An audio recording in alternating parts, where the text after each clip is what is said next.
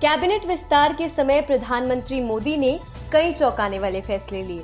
हालांकि सभी नामों का चुनाव किसी न किसी विशेष फैक्टर के कारण किया गया था।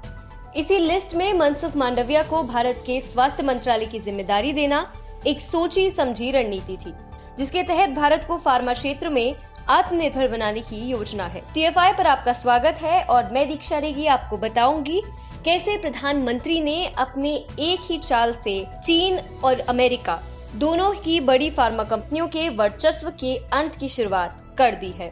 मनसुख मांडविया को भारत के स्वास्थ्य मंत्रालय की जिम्मेदारी देना। प्रधानमंत्री मोदी के इस कदम से अब चीन और अमेरिका की बड़ी कंपनियों को मनसुख मांडविया से खौफ महसूस अवश्य हो रहा है।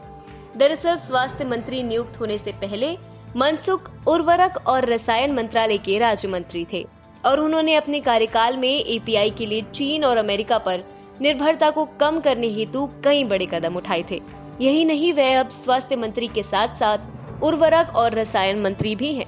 इसका अर्थ यह है कि अब वे और अधिक स्वतंत्रता से फैसले लेंगे। आज भारत में जिस तरह की स्थिति सार्वजनिक स्वास्थ्य क्षेत्र में है, उसका मूल्यांकन करते हुए मनसुख मांडविया अपने अनुभव का इस्तेमाल कर चीन और वेस्टर्न बिग फार्मा पर पलटवार अवश्य करेंगे। साथ ही भारत को API, वैक्सीन के लिए कच्चे माल, डिजिटल उपकरण आदि में आत्मनिर्भर बनाने की ओर भी ध्यान देंगे। पिछले वर्ष जून में मनसुख मांडविया ने एक इंटरव्यू के दौरान बताया था कि 8 वैश्विक दवा फर्मों ने भारत में API उत्पादन को बढ़ाने की योजना में रुचि दिखाई है। बता दें कि भारत सालाना करीब 3.5 अरब डॉलर का API आयात करता है, जिसमें से 70% चीन से आता है। वहीं भारत ने वित्त वर्ष 2018-2019 में लगभग $10 मिलियन मूल्य के क्लिनिकल और डिजिटल थर्मामीटर का आयात किया था, जिसमें से लगभग 75% चीन से आयात किया गया था।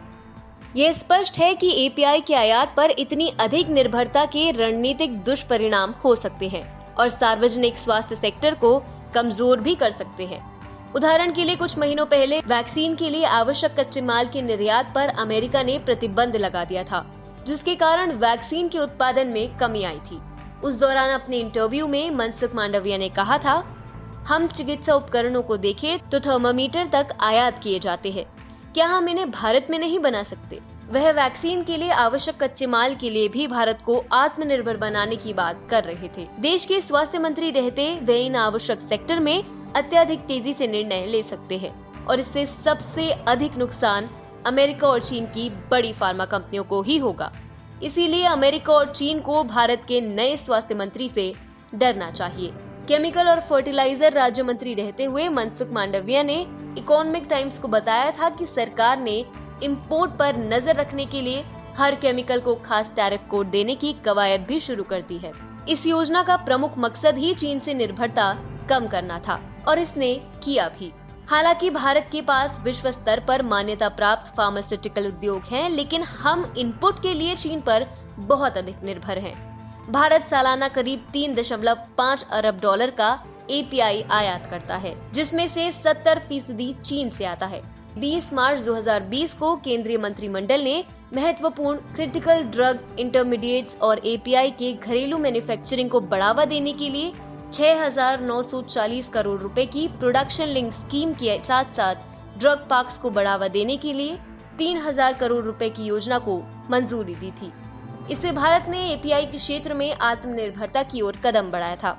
अब स्वास्थ्य मंत्री के साथ साथ केमिकल और फर्टिलाइजर मंत्री रहते हुए वे चीन और अमेरिकी कंपनियों के वर्चस्व को अवश्य ही कम करने के लिए फैसले लेंगे। प्रधानमंत्री मोदी का मनसुख मांडविया को स्वास्थ्य मंत्रालय देना एक मास्टर स्ट्रोक साबित होगा और आने वाले वर्षों में देश के अंदर हेल्थ इंफ्रास्ट्रक्चर में भारी विकास के साथ साथ फार्मा सेक्टर का भी और विकास होगा। इससे सबसे अधिक नुकसान चीनी और अमेरिकी कंपनियों को उठाना पड़ेगा और उनका वर्चस्व समाप्त हो जाएगा।